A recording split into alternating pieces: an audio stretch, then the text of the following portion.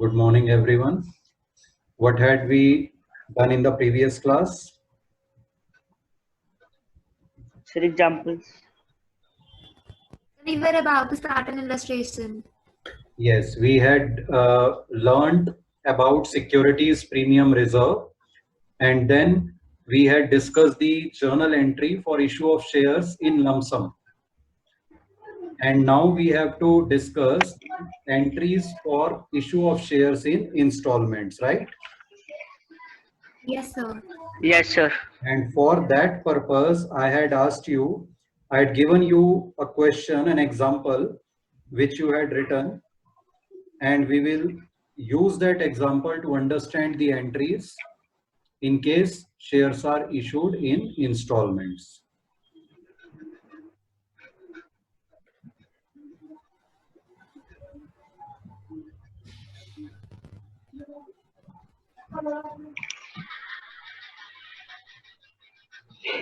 Is this visible? Yes, sir. Okay. Aaradhya पढ़ो जरा question example एक बार पढ़ो.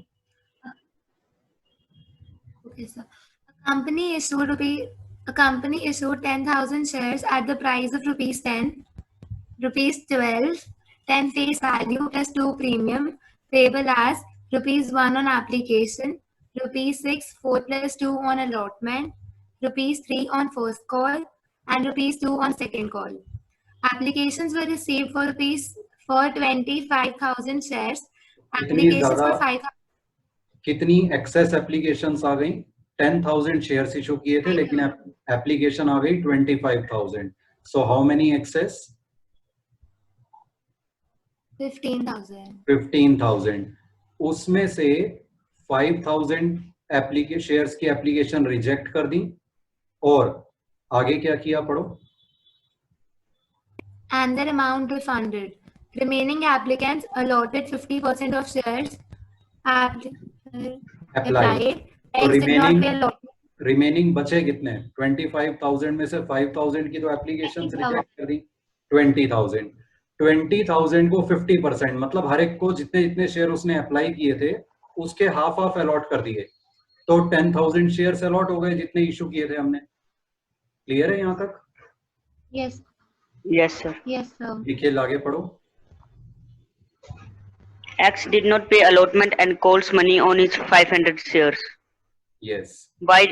एक्स ने अलॉटमेंट मनी भी नहीं दी, कॉल्स मनी भी नहीं दी, मतलब सिर्फ ₹1 एप्लीकेशन का दिया है उसने. Y? Why paid calls amount along with allotment on his 400 shares? तो ये क्या हो गया? So why he call in advance?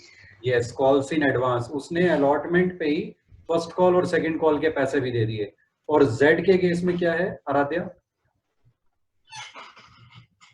They paid second call money along with first call money on this 100 shares. Sir, ये भी advance ही हुआ. लेकिन ये फर्स्ट कॉल के टाइम पे मिला है, वाई वाला अलॉटमेंट के टाइम पे मिला. क्लियर है? क्वेश्चन क्लियर है? Yes, sir. अब एंट्रीज Yes, डिस्कस sir. करते हैं, साथ साथ लिखते जाना. Application money received. Application money received में कौन सा अकाउंट डेबिट होगा? Bank account. Bank account. Bank account. कितनी एप्लीकेशंस आई हैं? 25,000 शेयर्स की एप्लीकेशन आई है ना, तो सबने ₹1 एप्लीकेशन का भिजवाया होगा. That means bank account debit 25,000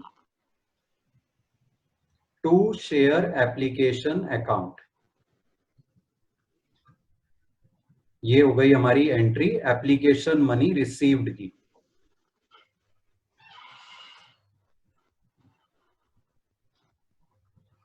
उसके बाद जब हमने शेयर्स अलॉट किए तो शेयर एप्लीकेशन अकाउंट डेबिट 25,000, इसको अब हम क्लोज करना है शेयर एप्लीकेशन अकाउंट को, क्योंकि अब शेयर्स अलॉट कर रहे हैं. ठीक है. अब इसमें से ये बताओ कैपिटल में कितना अमाउंट जाएगा? कितने शेयर्स अलॉट हुए हैं? So 20,000. 20,000 शेयर्स तो अलॉट नहीं हुए. कितने अलॉट हुए हैं बताओ आराध्या? So 10,000. 10,000 10,000 अलॉट हुए हैं, तो 10,000 शेयर्स पे 1 रुपी एप्लीकेशन का, यानी 10,000 रुपीज जाएंगे शेयर कैपिटल में, टू शेयर कैपिटल अकाउंट 10,000। आगे ब्रैकेट में लिख लो face value of shares allotted.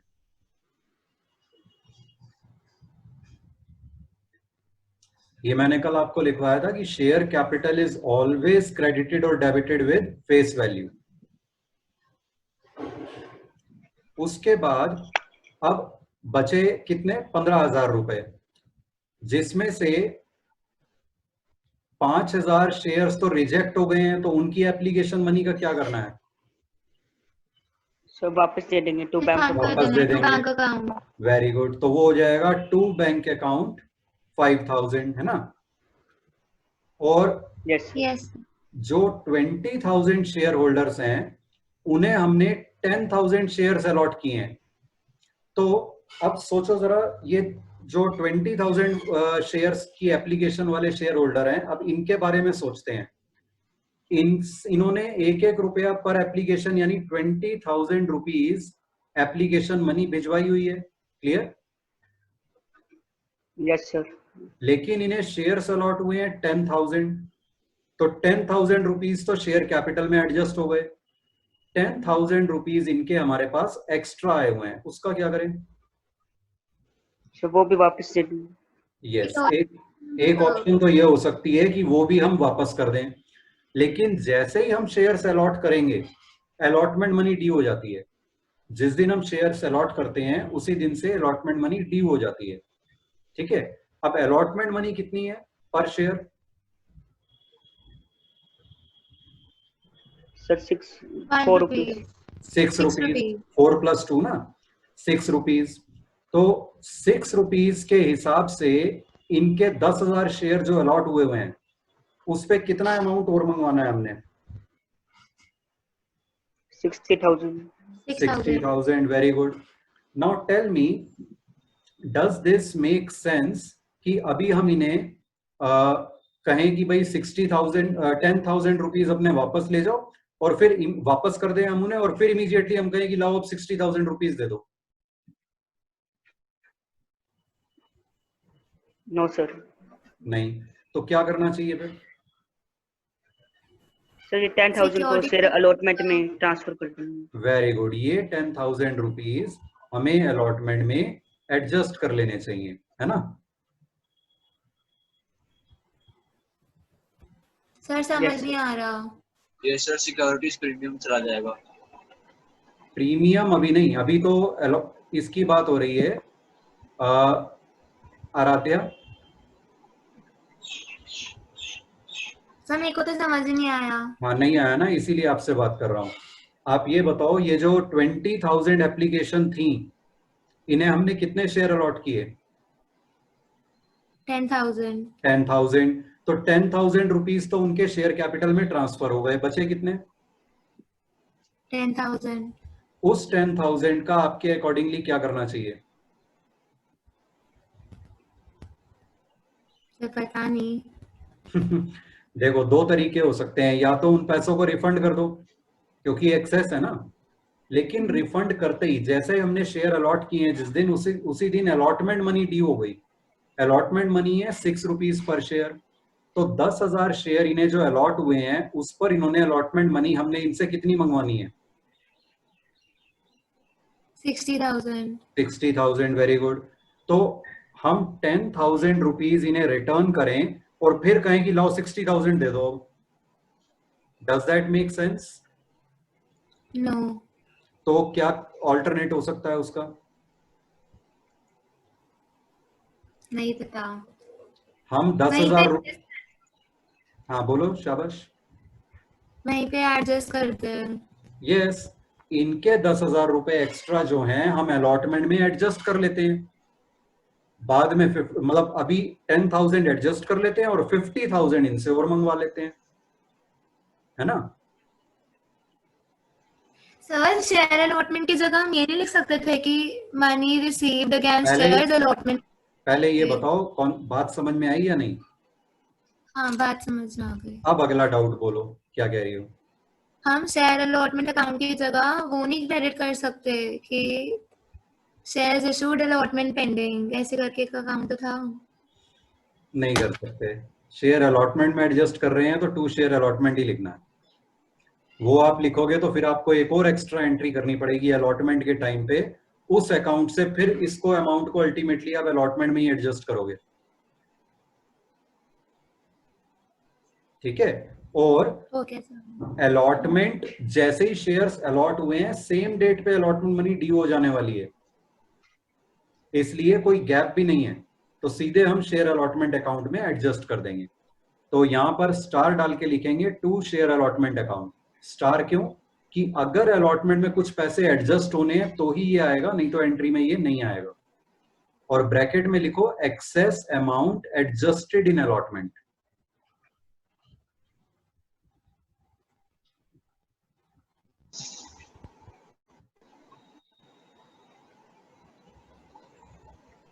Yes sir. Yes, sir.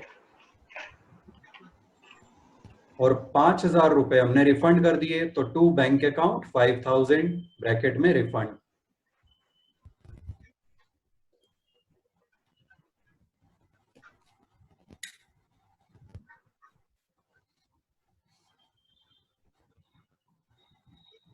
Yes sir. Now, once shares have been allotted, immediately allotment money becomes due. तो अब हमें एंट्री करनी है अलॉटमेंट मनी ड्यू की। एक चीज ध्यान रखना, सिर्फ एप्लीकेशन के केस में पैसे आते बाद में पहले हैं, कैपिटल में बाद में जाते हैं, ट्रांसफर होते हैं। ठीक है, क्योंकि तब तक शेयर अलॉट ही नहीं हुए तो कैपिटल में डायरेक्टली नहीं डाल सकते। लेकिन एक बार शेयर अलॉट हो गए तो अब allotment, first call, second call, जितनी भी इंस्टॉलमेंट्स होंगी, first the money will be due and then the amount will be received. यानी कैपिटल वाली एंट्री पहले आएगी, बैंक वाली एंट्री बाद में आएगी, बाकी सब में। Clear? Yes sir. Yes sir. Allotment money due, इसकी एंट्री होगी share allotment account debit to share capital account. Capital में फेस वैल्यू आनी है सिर्फ 4 रुपीज इंटू 10,000 शेयर, सो 40,000। और रिमेनिंग 2 रुपीज किस में जाएगा? Security premium reserve. Security premium reserve. Securities premium reserve account, 2 रुपए के हिसाब से 10,000 शेयर पे 20,000 ब्रैकेट में लिखो प्रीमियम। और इन दोनों का टोटल आएगा शेयर अलॉटमेंट डेबिट के आगे 60,000।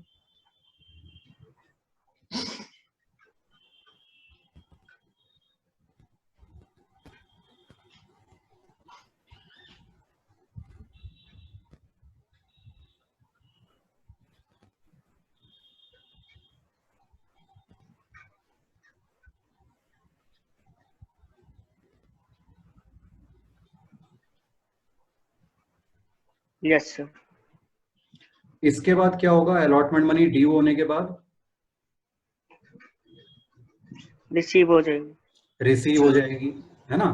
तो रिसीव हो जाएंगे sir. Yes, allotment money receive की एंट्री में अब जितनी भी इंस्टॉलमेंट्स होंगी, चाहे अलॉटमेंट है, फर्स्ट कॉल है, सेकंड कॉल है, इनकी एंट्री में सबसे पहले आप क्रेडिट वाला लिखोगे। ठीक है, इसमें अभी 2 लाइन छोड़कर लिखो टू शेयर अलॉटमेंट अकाउंट। कितना अमाउंट? 60,000 देखो शेयर अलॉटमेंट के ड्यू हैं, लेकिन 10,000 तो पहले ही एडजस्ट हो चुके, तो बाकी बचा कितना जो अब आना है? 50,000. 50,000। तो वो अमाउंट उसके आगे आएगा। ब्रैकेट में लिखो allotment money due minus already adjusted.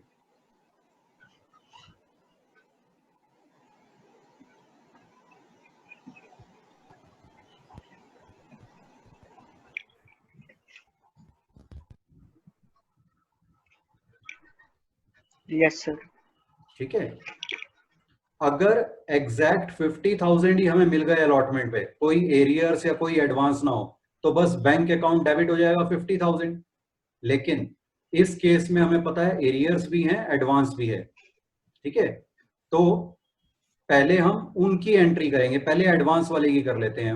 Y ने पैसे एडवांस में भिजवाए हैं, paid the calls amount along with allotment on 400 shares. Calls का कितना कितना अमाउंट है सक्षम? Sir, 3 on first call and rupees 2 on second call. तो दोनों मिला के कितना हो गया? 5 रुपीज पर शेयर उसने एडवांस भिजवा दिए है ना? कितने शेयर्स पे? Sir, 400 पे, तो 2000 रुपीज अमाउंट बन गया. यस, 400 शेयर्स पे 5 रुपीज पर शेयर हमें एडवांस मिल गया है, तो ये 2000 रुपीज हो गया. तो 2 calls in advance account 2000 bracket में रिसीव्ड फॉर फ्यूचर कॉल्स.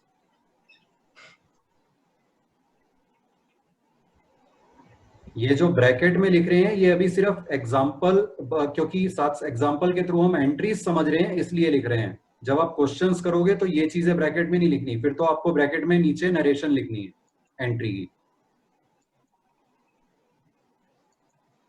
एक एक स्टेप बहुत ध्यान से धीरे धीरे आराम से करना है, जल्दबाजी नहीं करनी, क्योंकि एक भी अमाउंट अगर आपने गलत कैलकुलेट कर दिया तो उससे आपकी वो एंट्री प्लस आगे वाली जितनी भी एंट्री उससे रिलेटेड है सारी गलत हो जाएंगी. तो इसलिए जल्दबाजी में नहीं, एक एक अमाउंट को ध्यान से सोच के लिखना है, और लिखने के बाद एक बार फिर से सोचना है कि ठीक लिखा है ना, कहीं कुछ मिस्टेक तो नहीं हुई. उसके बाद नेक्स्ट एंट्री पे बढ़ना है. क्लियर? Yes, sir. उसके बाद अब बारी आती है एरियर्स की. एरियर्स की जेड के तो एडवांस फर्स्ट कॉल पे आई है, एडवांस इसकी अलॉटमेंट के टाइम पे तो नहीं है. अब बचा एक्स. एक्स का क्या सीन है? So calls in arrears. Arrears हैं. कितने कॉल्स इन एरियर हैं एक्स के, बताओ?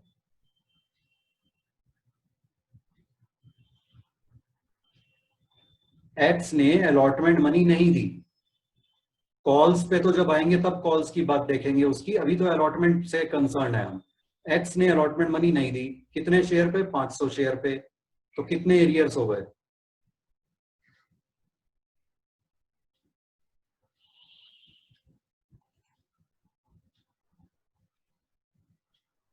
एक्स ने 500 शेयर्स पे अलॉटमेंट मनी पे नहीं की, तो बताओ कितने एरियर हुए उसके? 2000. कैसे? 2000. 4 rupees on 500 shares. Allotment money कितनी है, 4 या 6? 36. पर समझ ही नहीं आ Six रहा, है. कभी Six है. कंसिडर कर रहे हैं हम. अलॉटमेंट मनी 30,000 कितनी आ रहा है? टोटल 6 रुपीज है ना अलॉटमेंट मनी. Yes sir. तो 6 रुपीज के हिसाब से इसके 500 शेयर पे एरियर्स कितने हुए? 3000. 3,000. You all agree? Yes, sir. Yes, sir.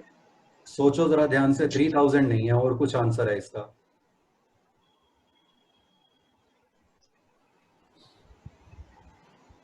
जितने भी फर्स्ट कॉल share- और सेकंड कॉल वाले भी include हुए. नहीं, फर्स्ट कॉल सेकंड कॉल से अभी कोई मतलब नहीं है. जो जितने भी शेयर होल्डर्स थे उनको हाफ शेयर्स अलॉट हुए थे, उनके हाफ अमाउंट हमने पहले ही एडजस्ट कर दिया था अलॉटमेंट में. तो एक्स को अगर 500 शेयर्स अलॉट हुए थे, इसका मतलब इसने कितने शेयर्स के लिए अप्लाई किया होगा? 1000. Very good, 1000. 1000 शेयर्स के लिए. 1000. Yes, sir. तो इसने एप्लीकेशन मनी कितनी भिजवाई होगी? 1000 rupees. 1000. 1000 rupees. उसमें से अलॉटमेंट में कितना एडजस्ट हो चुका होगा? 500. 500. Very good. तो 3000 में से 500 इसके पहले से आए हुए हैं.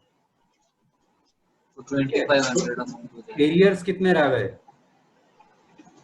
2500. 2500. Very good. ठीक है, तो वो है एरियर्स का amount. Amount due from x is 3000, already adjusted is 500. So arrears are 2500. Is this clear? Yes, sir. Yes, sir. So calls in arrears account debit 2500. Bracket में लिख लो amount of arrears.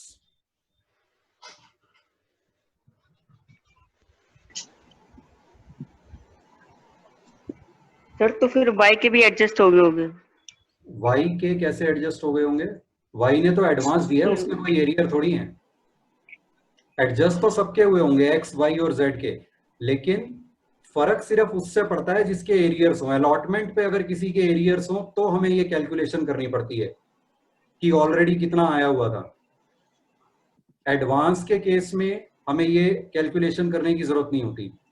कॉल्स में अगर arrears भी हो तो calls में भी हमें जरूरत नहीं होती इस कैलकुलेशन की, अनलेस एंड अनटिल हमने कॉल इन एडवांस में भी एडजस्ट किया हो एप्लीकेशन से कोई मनी। Okay sir. लिख लिया यहां तक? Yes sir. तो इसका Yes, sir. मतलब अब देखो, शेयर अलॉटमेंट के 50,000 रुपीज ड्यू और 2,000 एडवांस मिल गए तो 52,000 मिले, लेकिन 2,500 उसमें से नहीं मिले 52,000 में से। तो इसका मतलब बैंक में कितना अमाउंट आएगा? 49,500. 49,500। Yes, 49,500 bank account debit. Bracket में लिख लो अमाउंट रिसीव्ड।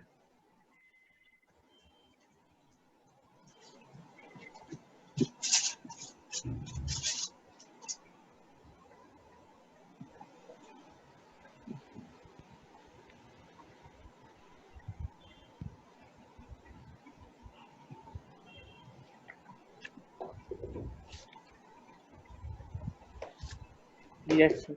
Yes, sir. ये एंट्री क्लियर है? Yes sir. और कंफ्यूजिंग है बहुत ज्यादा, कॉल इन एरियर्स नहीं आया समझ। आराध्या, एक्स से कितना अमाउंट ड्यू था 500 शेयर्स पे 6 रुपीज अलॉटमेंट के हिसाब से? 3,000. 3,000। अगर उसको 500 अलॉट हुए थे तो उसने अप्लाई कितने शेयर्स के लिए किया होगा? सर ये मुझे समझ आ गया, ये बताओ। समझ नहीं आ रहा कि कभी आप 6 कंसिडर कर रहे हैं, कभी 4 कंसिडर कर रहे हैं। 4 हमने कब कंसिडर किया? 4 तो सिर्फ कैपिटल के लिए किया था यहाँ पर। जब हम शेयर अलॉटमेंट ड्यू की एंट्री कर रहे थे तो शेयर अलॉटमेंट डेबिट कितना? 6 rupees into 10,000 share 60,000। Share capital में उसमें से कितना जाना है? Face value 4 rupees 40,000। प्रीमियम में कितना जाना है? 2 रुपीज 20,000। इस एंट्री में तो मतलब हमने शेयर कैपिटल में करना है वो? हाँ जी, तो मतलब शेयर कैपिटल में हमें फेस वैल्यू कंसिडर करना है और सब में शेयर नॉमिनल। कैपिटल में हमेशा फेस वैल्यू ही करते हैं, ये मैं बार बार कह रहा हूं। ठीक चाहे है। शेयर कैपिटल क्रेडिट हो रही हो चाहे डेबिट हो रही हो किसी एंट्री में, it is always done with face value only. Okay sir. ठीक है, अब क्लियर है ये entry? Yes yes sir, sir. Allotment second money. Entry में हाँ बोलो बेटा। सर सेकंड एंट्री में शेयर अलॉटमेंट में 50,000 लिख सकते हैं बिल्कुल क्योंकि नहीं लिख 10,000 सकते। पहले रिसीव हो चुके। रिसीव हो गए ना, तो जो रिसीव हुए वो तो क्रेडिट हुए। इसमें तो हम ड्यू दिखा रहे हैं, ड्यू तो पूरे 60,000 करने पड़ेंगे ना। उस 60,000 में से 10 रिसीव हो गए तो तब यहाँ पे 50 आएगा। अगर यहाँ 50 कर दोगे तो 50 माइनस 10 यहाँ 40 हो जाएगा, वो गड़बड़ हो जाएगी। Yes sir. आप ये देखो, ये अकाउंट पूरी तरह से क्लोज भी तो होना चाहिए ना। 60,000 से डेबिट हुआ यहाँ पर, 10,000 से क्रेडिट हुआ था पहले, 50,000 से क्रेडिट हुआ अब, तो शेयर अलॉटमेंट अकाउंट क्लोज हो गया। Yes sir. ठीक है, is it clear? Yes sir. Allotment money भी मिल गई। अब नेक्स्ट क्या होगा? First call. First call. Sir first call और मिलेगी या ड्यू होगी? ड्यू। पहले पहले सर ड्यू होगी फिर मिलेगी। यस, नहीं सर, ड्यू ऑटोमेटिकली हो चुकी है। ड्यू अब होगी अलॉटमेंट मनी मिलने के बाद, उसके कुछ दिन अरे बाद। तो आपने बोला कि ऑटोमेटिकली हो जाती है। ऑटोमेटिकली कैसे हो जानी चाहिए? जब उसकी आपने डेट आई। बोला आराध्या, इन सब की डेट्स में फर्क होता है, कुछ कुछ दिन का। एप्लीकेशन मनी मिलने के बाद शेयर्स जब अलॉट होते हैं कुछ दिन बाद, वो डेट होती है शेयर्स अलॉटमेंट की। तो फर्स्ट वाली एंट्री एक डेट पे आती है, फिर अलॉटमेंट वाली डेट पर ये 2 एंट्रीज आती हैं, शेयर अलॉटेड वाली और अलॉटमेंट मनी ड्यू वाली। फिर कुछ दिन में पैसे आते हैं अलॉटमेंट के, तो उस डेट पे अलॉटमेंट मनी रिसीव्ड की एंट्री आती है। उसके कुछ दिन बाद फर्स्ट कॉल ड्यू होती है, तब फर्स्ट कॉल ड्यू की एंट्री आती है। ठीक है, okay. So first call, share first call account debit to share capital account. 3 रुपए की है फर्स्ट कॉल, इंटू 10,000 शेयर्स तो 30,000, ब्रैकेट में फेस वैल्यू।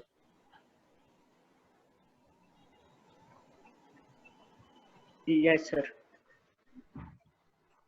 ठीक है, अब नेक्स्ट आएगी फर्स्ट कॉल रिसीविंग की entry, first call money received. उसमें भी हम ऐसे ही करेंगे, सबसे आप ऊपर 3 लाइनें छोड़कर 4th लाइन में लिखना अब to share first call account, कितना, फर्स्ट कॉल मनी ड्यू 30,000।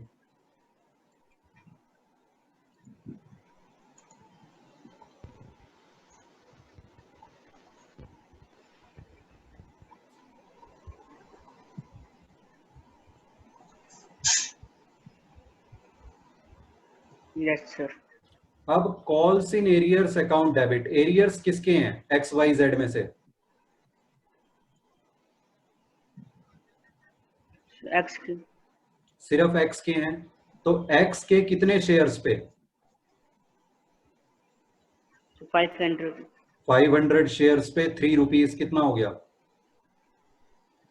1500. तो 1500 लिख देंगे कॉल्स इन एरियर्स अकाउंट के आगे। एडवांस भी है कुछ, Yes, sir. Yes, sir. So that calls in advance तो क्रेडिट होता है, मैंने यहाँ पे डेबिट क्यों किया है,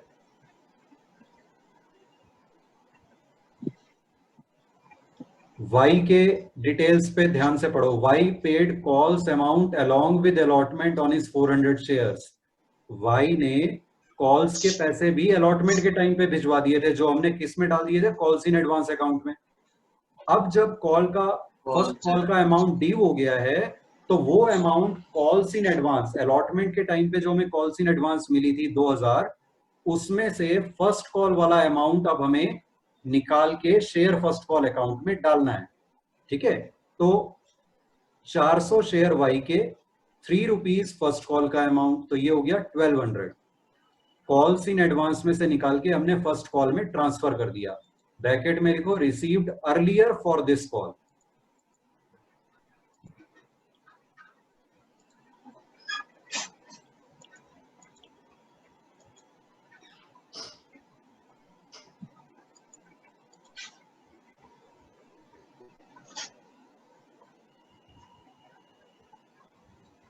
Yes, sir.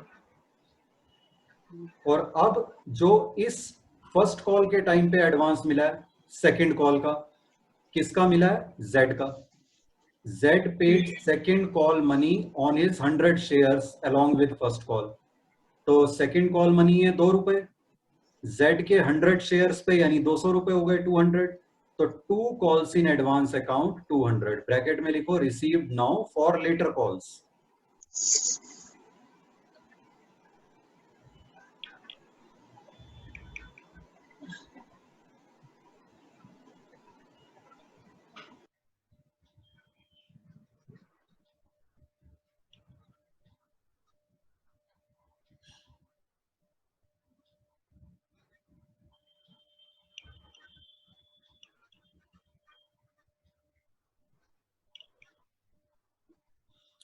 जो बैलेंस अमाउंट आएगा वो आ जाएगा बैंक के आगे, बैंक अकाउंट डेबिट 30,200 क्रेडिट में है, 2,700 डेबिट में है, तो डिफरेंस आ गया 27,500।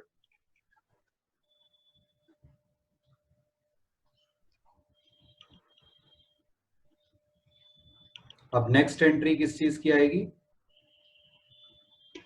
Second call due.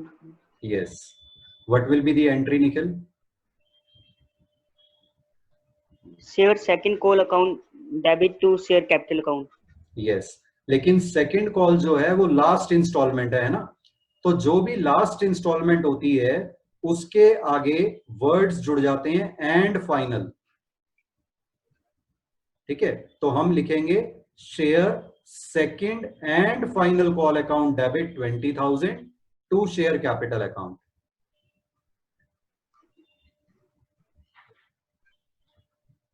Clear? Sir अगर फर्स्ट कॉल फाइनल हुई उसके आगे भी जुड़ जाएगा? यस, अगर फर्स्ट कॉल फाइनल होती तो वहां पे ही जुड़ जाता, share first and final call लिख देते फिर उसे। Okay sir. इसके बाद किस चीज की एंट्री आएगी, second call received. Second call received. उसमें भी सबसे पहले हम लिखेंगे to share second and final call account, जितना अमाउंट मिलना है 20,000 amount due. Yes, sir. Second call पे कोई एरियर्स हैं? Yes, sir. एक्स के हैं, है ना। 500 शेयर्स पे 2 रुपीज, तो कितने हो गए? 1,000. तो calls in arrears account debit 1000। और सेकंड कॉल के पैसे कुछ पहले मिले हुए थे किसी के?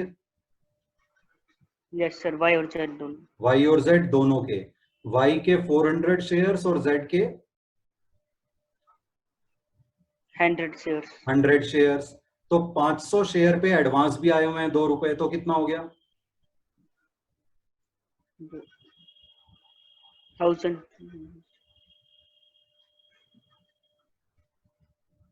1000 होना चाहिए, यहाँ पे ये गलत लिखा है, इसको करेक्ट कर लेना। Calls in advance account debit 1000 आएगा यहाँ पे, ठीक है। जेड के लेना, जेड के कंसिडर करना भूल गया मैं यहाँ पे, तो जेड के भी इंक्लूड करेंगे तो 1000 आ जाएगा, ठीक है। और बैंक के आगे फिर कितना अमाउंट आएगा? 18,000. 18,000 आएगा, इसको भी करेक्ट कर लेना। दिस विल बी 18,000, Okay, ठीक sir. है। मैं यहाँ पे भी करेक्ट कर देता हूँ। This will be 18,000 and this will be 1,000। Clear है ये सारी entries? Yes, sir. Any doubt in any of these? No, sir. Okay.